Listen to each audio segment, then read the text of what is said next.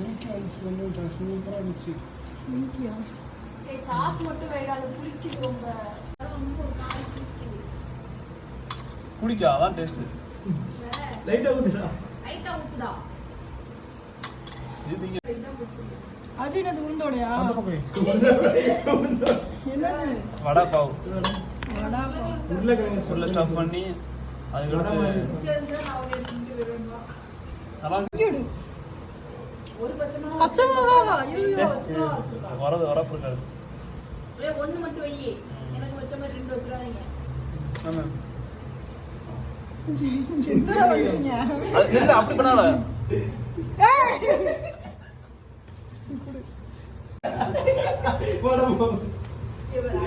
அப்படியே 2 கேட் படிச்சுன்னு.